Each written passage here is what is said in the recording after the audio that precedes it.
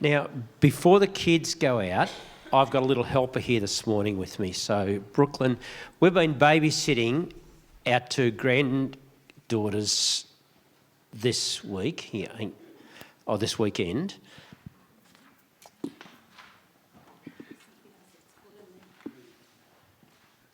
And when Brooklyn, can you see her from there? Right. When Brooklyn heard that I was preaching on decisions, she said that she wanted to go and write a sermon as well, and she wanted to preach her sermon to you this morning. So this is her first 6-year-old sermon. So I'm going to say good morning. Brooklyn, do you want to say good morning? Good morning. And so just to set up her little sermon, in fact, hold it up for a sec. She's written, this is 2 pages of notes, right? So I'm just going to stick the notes here because we probably won't need them, okay? Right. So just to set this up, she was in the backyard and she'd picked up a plastic cricket bat and she was hitting our swing set, smashing into it. And I said, don't do that, you'll hurt the bat. And what did you do? I turned around and smashed the bucket. And what happened to the bucket? It smashed into smithereens. Smashed the bucket into a million little pieces, didn't you, hey? And then what happened next? Then I run inside and then I had to get $2 for pain. So I set her inside and I said, go get your piggy bank, grab $2 out of it, bring it out to me. And why did I do that? Because I broke the bucket. Yeah, I know that. But what did you learn out of it? To never break anything again. So was it not a good decision to break the bucket? Yes.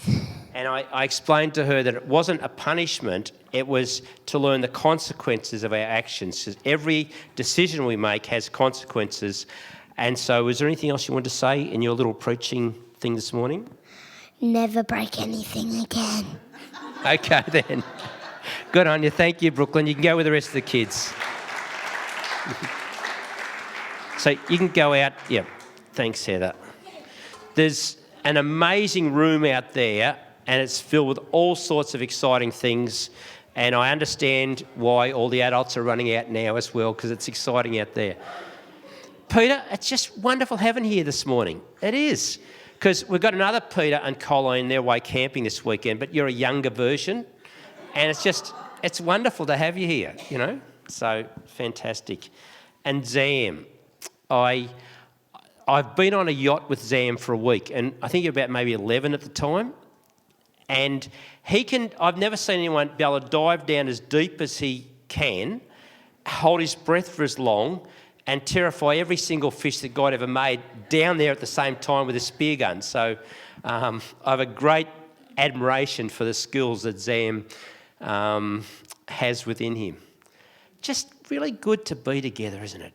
It just really is. If it's your first time here, if this is where you find home, it's just good. It's like being with family, and it just nourishes you. Just being here, you know. Vicky, g'day. Vicky caught her first whiting in her life, first fish ever, big enough to eat this week. That's an achievement in itself. You and Zam should make a formidable team. You can stay above the water, he'll go under it. He'll bring them and tie them onto the end of your little string and, yes. I have spent a big chunk of my life working with youth. And there was a night, though, that I learnt something that I've carried with me the rest of my life. And it was our first Solid Rock youth camp, and we were down at Lake Tyers, and I'm just going to grab a drink of water and have a little snuggle of this.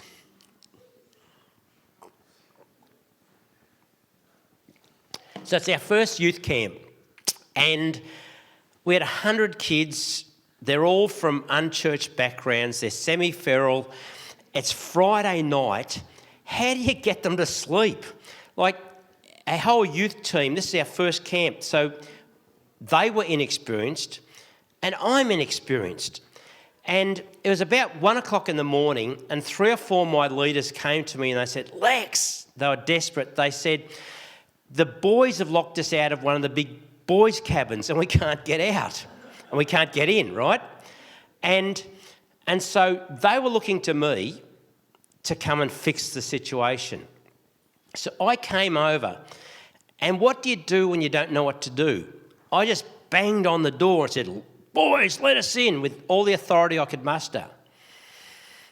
Nothing happened. We're still locked out. So when you get really desperate and your youth team are looking to you to be the solution, I did the only thing I knew. Boys, if you don't let us in by the time I count 2, I didn't risk 3, I went to 10, right? If you don't let us in by the time I get to 10, we're going to get the yellow van, we're going to load you all up in it, and we're going to take you home. I thought, that'll do it. Got to 9. I'm waiting for the door to open. I wanted to go 9 1/4, 9 1/2. I go 10.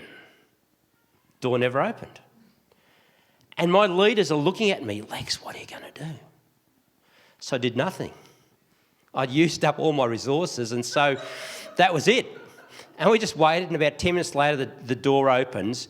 But by then, my leaders were really upset with what's going on in there. And so we marched in, and I told the kids, right, you're going home. We went and got the yellow van. We pulled it up the front of the cabin, and we started, all the kids are packing up their sleeping bags, their clothes, and we're getting them into the van. And that was the moment I started to feel a bit uneasy. It was like, this is not a good decision. And my youth team are barracking for me. They're wanting this to happen. And somewhere, this little thing inside of me is going, this is not a good decision. So I got to a place and I said, actually, we're not taking you home. All get back in the van. Get out of the van, get back in the cabin. And my leaders were so disappointed in me because I changed the decision. They wanted to see me take action. And 2 things happened that night that I discovered. One, that I had a leadership gift in my life. But the second thing was that I learned to listen to that little inner thing that says, this is just not quite right. This is not a good decision. I discovered that it's so important to listen to that little inner thing. That night, it actually stopped me from doing something that would have been so damaging to our youth ministry. Because you imagine driving back to Bairnsdale 2 in the morning, knocking on some parent's door and saying, here's your kid, they've been messing up, we don't want them anymore. Like the damage that would have done in our relationship with families and youth and stuff. But what changed the course of that night wasn't the leadership thing. It was a decision that my leaders wanted me to make, but I went against it because of this little inner thing. And I wish I could tell you that ever since then, I've been really sensitive to this little tension inside of us that really does deserve our attention. But that's not the story of my life. But I'm getting better at it. I really am. And so this morning, I want us to look at how we can make better decisions, how we can live with fewer regrets by just focusing on this one question. Is there a tension that deserves my attention? Is there something inside of me that just doesn't feel right? And sometimes there's no logic to it. You can't throw a reason at it at the time. Later, sometimes you go, yes, now I understand why I didn't make that decision. But at the time, sometimes it's just a feeling. And here's the thing. Sometimes when you're struggling with this thing in your head and you change and you make a new decision, someone around you goes, yeah, I was a bit worried about that myself. And yeah. And you think, well, thanks for telling me now, But afterwards they're going, we thought that too. So today we're focusing on the third of 5 decisions that you can ask yourself that will help you make better decisions. The first one is, am I being honest with myself? Really? Am I really being honest with myself? That's a great question to ask yourself making decisions. Last week, Amy took us to the second one, which is this question is that, how does it affect my story? How does this impact on the story that I want my life to tell? It's a story of legacy. It's a story of what will your life, how will it impact others? What's the story of your life? Today, it's the third one. Is there a tension that deserves my attention? And these five questions, you can find them in Andy Stanley's book, Better Decisions, Fewer Regrets. Brilliant book. Now, if you have ever picked up a Bible, you'll discover that it's not a book of rules, it's a book of stories. And when you open up the pages, there's lots and lots of stories. And God has a purpose for that, because within these stories is it's God's way of doing life. And in the first half of the Bible, the Old Testament, we bump into this young guy called David. And he sort of comes to fame on a battlefield, taking on this overgrown bag of ferret's breath, Goliath, right? And he takes him down. And he eventually becomes king, but before he does, the existing king, Saul, starts to hunt him down. He's after him. He becomes obsessed with trying to kill David. And David ends up on the run. And so in 1 Samuel chapter 24, we find David is hiding in the outback. He's living in caves. He's got this bunch of mercenaries hanging around him, these misfits from society that are also on the run. And it's almost like one of those old-fashioned Western movies, this story plot. Because King David is like the really bad sheriff, the man in power, but he's an evil man. King Saul. What did I say? King Herod, did I? You said David, okay. I have 2 daughters, and I never get their names right. And so don't expect I'll ever get your names right, except Peter, I got you nailed, right?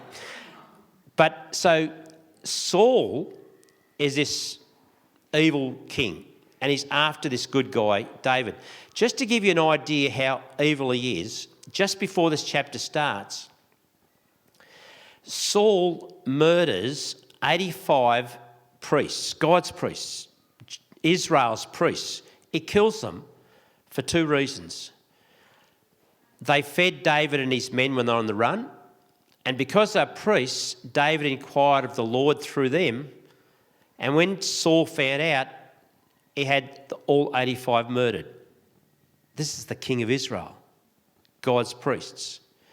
This is the sort of person, and so this evil sheriff has gathered himself a posse of 3,000 SAS soldiers, and they're on the march. Now, that's the backstory to chapter 24. Chapter 24 begins with King Saul is busting to go to the toilet. That's how the chapter opens, right? I wish I could tell you a story about someone I know when they're 18 that was booked for speeding. And they were booked for speeding, and their excuse for speeding was that they were busting to go to the toilet and they had no toilet paper. Now, I wouldn't tell this story about anyone that I know, and I wouldn't name them, but that was read out in court. Well, King Saul couldn't get booked because he is the law. And so on these road trips with all his posse, there is no trees, but there's still a toilet for a king. It's called a cave. And this big posse, this convoy stop when they find a suitable cave for their king, and he climbs up to this cave, but he just happened to pick the very cave that David and his men are hiding out in. Now, Saul is the tallest man in all Israel. And so his silhouette at the entrance of the cave was obvious who he was. But David's lookouts had already seen what was going on. They'd all retreated into the back of the cave. And I want to take you into a conversation. I want you to listen to a conversation that happens between David's men and David in the back of the cave. They whisper this to him. They say, David, here's your opportunity. This is the day that the Lord spoke to you when he said he would give your enemies into your hands to deal with them as you wish. Kill him. It makes sense. Kill or be killed. And with his sword in his hand, David starts going forward to kill King Saul. But on the way from the back of the cave to his opportunity, something started happening inside him. A tension that deserved his attention.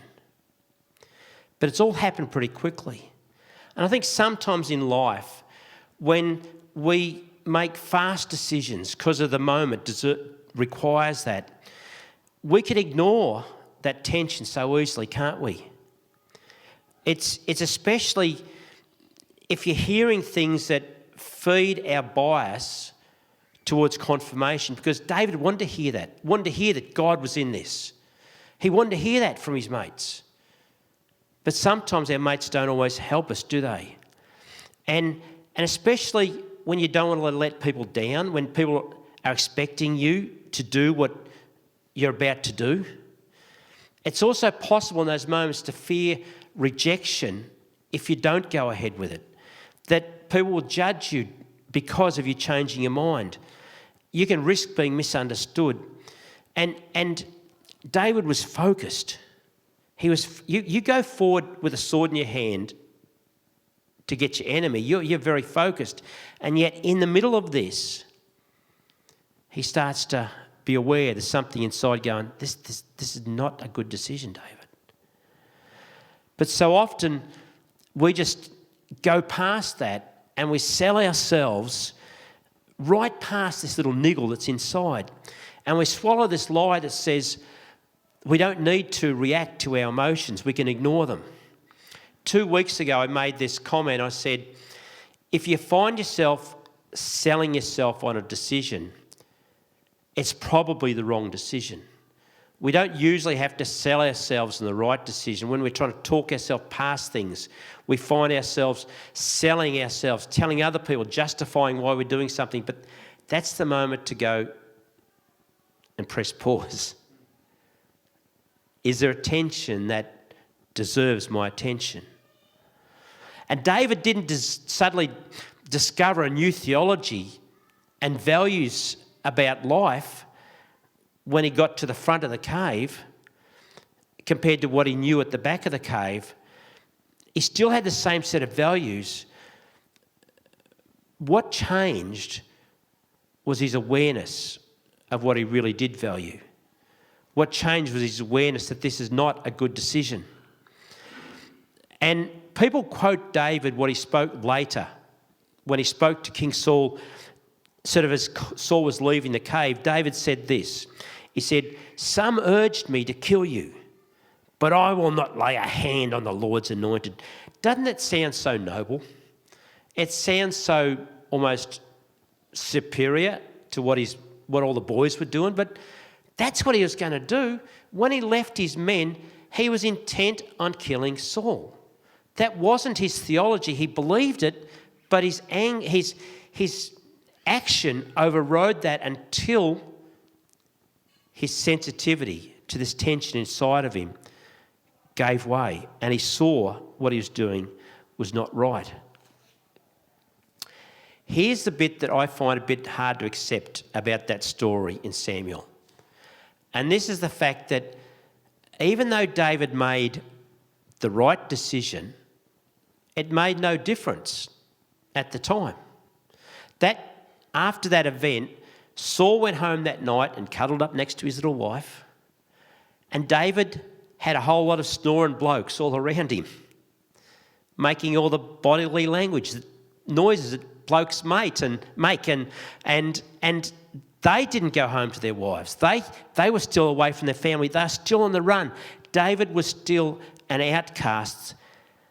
And 2 chapters later, Saul's back at him again, having another go.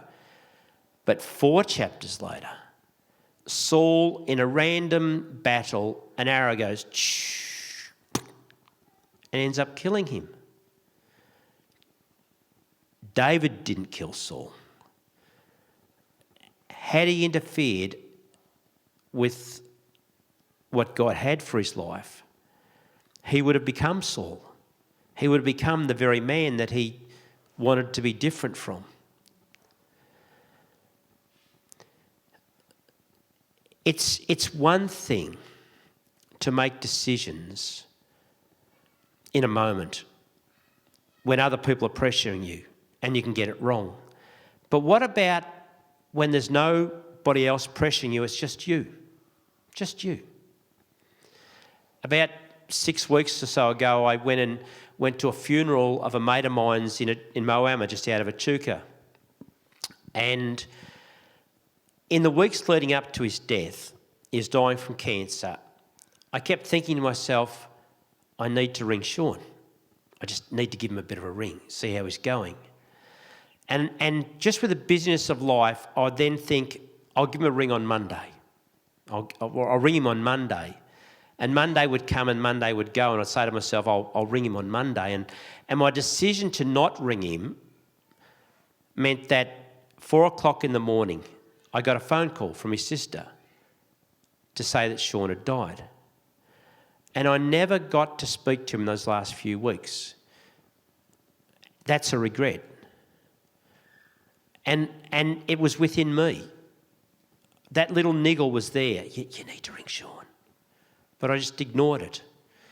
And then you carry a regret and the what ifs.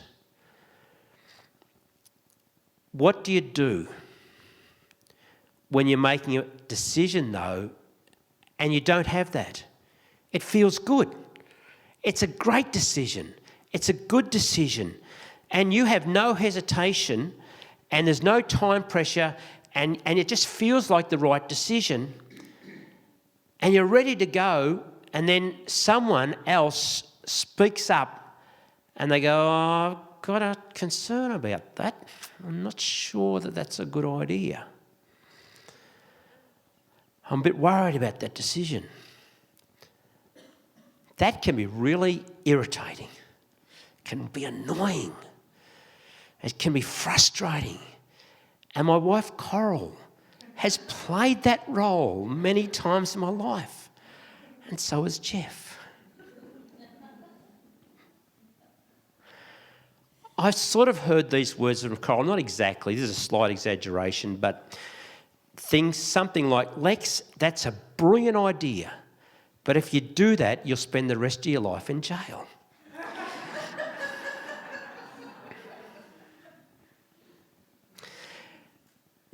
Those decisions that I make that are my idea, that I am in love with, and I have no problems with, they are the hardest of all the decisions to accept someone else going, oh, I don't think God's in that. Because we are really good at thinking we can predict outcomes. I'm an optimist, and I'm assuming how this is all going to work. But see, disappointment is proof that we're not very accurate or very good at predicting outcomes. And disappointment is basically that yucky emotion that we feel when what we didn't expect happened. A number of years ago when we first shifted to Sydney, we were looking at planting a church. And we thought, well, at this time we were living on the southern sort of area of Sydney, and the southern highlands, about an hour out of Sydney, around Bowral and Mittagong area, we thought, what a beautiful place to plant a church. So we began this process, and I started meeting with some of the ministers in Bowral, and we found a venue. And then we found out there was an existing ACC church in Mittagong, just 10 minutes out of Bowral, and their pastor just resigned 5 weeks earlier, and a single mum in the life of the church went, well, I'll lead us, you know. And so we met with her and their board of elders, and we said, well, we've got this heart to plant a church in Barrel. How about we do something together? And they went, well, she sort of rung me and she said, Lex, I think you should pastor this church and I'll step down. I think God wants you to lead this church. And I thought, gee, that's a good idea. Yep. And so I loved the idea. So we ran with it. We started planning. We started working out how we would lead this church. And then Donna rang me one day and she said, Lex, I don't think God's in it. I think I should keep leading this church. I don't think you should. I was gutted. I was ready to, we're charging into this thing. And she said, no, I don't feel right about it. Do you know Donna today is pastoring that church and she's brilliant. She's my hero. She is doing such a great job in that whole area. She is just a champion. And we're here. She was right. Absolutely right. But it was hard to hear at the time. But boy, oh boy, was she right. And I just want to take us back to David for a moment, because in that moment where David didn't kill Saul and he cut a little chunk of his clothing off to prove how close he was getting to him, it says that he was conscience-stricken. But he wasn't just conscience-stricken because it cut the little bit off the clothing. He came to realise how close he was to killing Saul, of getting it wrong. But he had no one else speaking into his life. We would have got that wrong if we'd taken on that church. But Donna heard God's voice in that moment, and I didn't. Sometimes the course of our life can be changed with just that little voice, and it can come from someone else, and that person can be right. Now, that's David's story in the cave, but chapter 25, David's story continues, but it's different this time.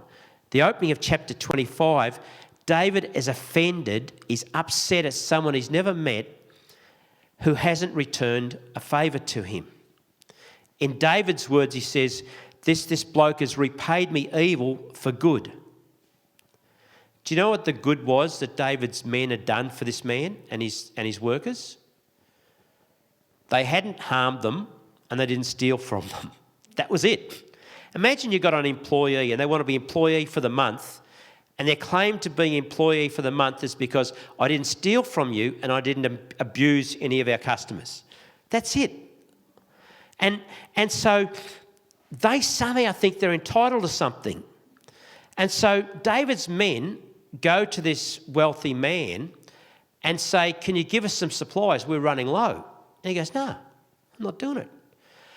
And they go back to David and fire David up. And now he's cranky, and they all saddle up their little donkeys, and 400 of them go heading off.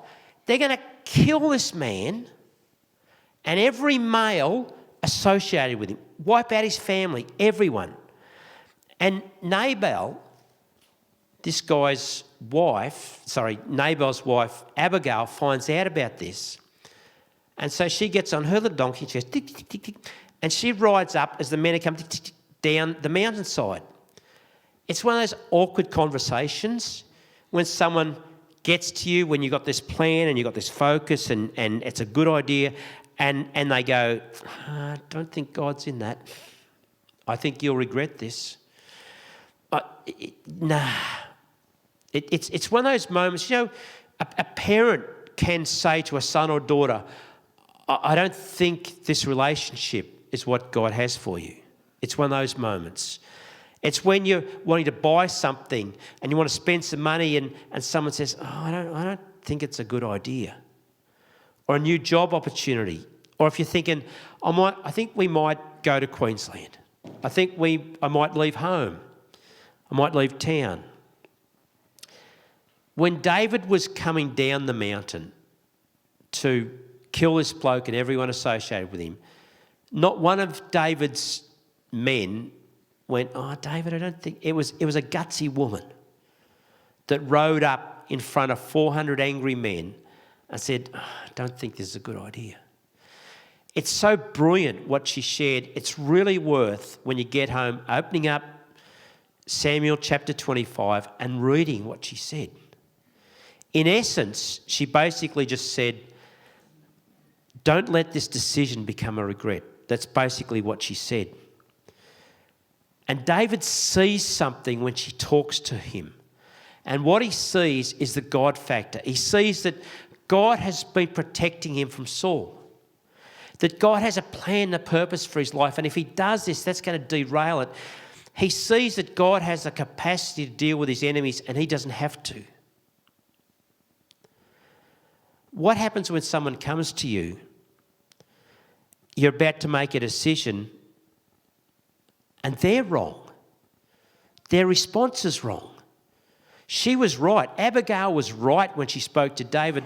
But what if someone comes to you when you're making a decision and says, "Oh, Jeff, I don't think that's a good decision." And they're wrong. Do you know God can use even a wrong response in another human being to help you have a right response? Before we looked at planning that church in Barrel, which never happened, thanks to Donna, right? We'd left Bairnsdale for about 6 years. And Mum and Dad were pastoring a church at Paynesville. And their board and Mum and Dad felt to invite Coral and I to come and pastor that church.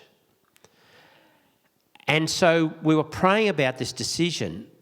And I knew there's someone I needed to meet here in Bairnsdale because I felt that it was important that we could work well with this person. And we decided that we would pray about it and we would take notice of what their response was. And so I met with this person and they were very against us taking on this church. Now, whether their response was right or wrong is sort of irrelevant.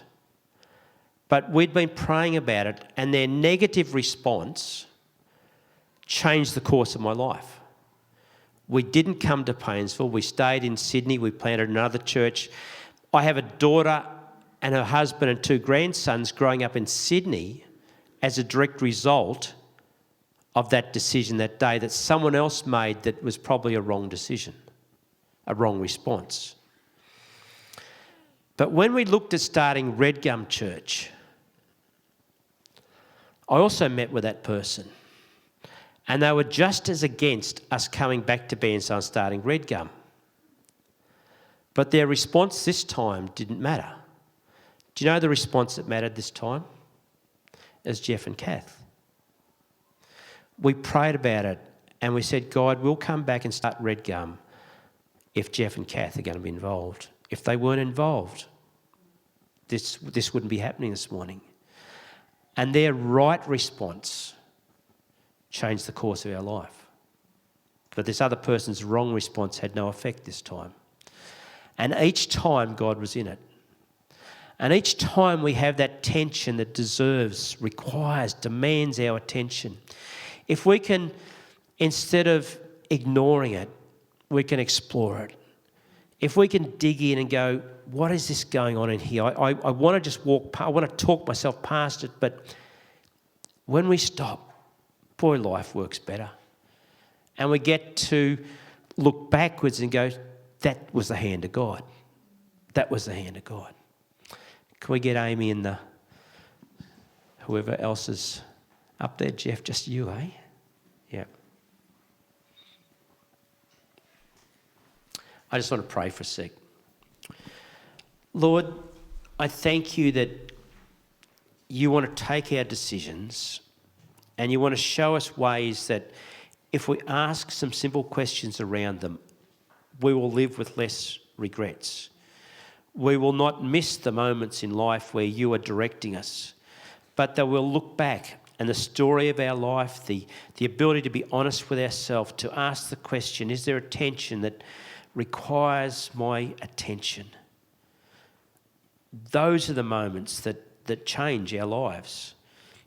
So I just pray that you would give us a sensitivity to your Spirit that's behind all this, to your whispers of the Holy Spirit that is within us, that we would be sensitive and bold enough and willing enough to even change the direction we're heading, and to be willing to be misunderstood sometimes, and to just make better decisions and live with fewer regrets. Thank you, Lord.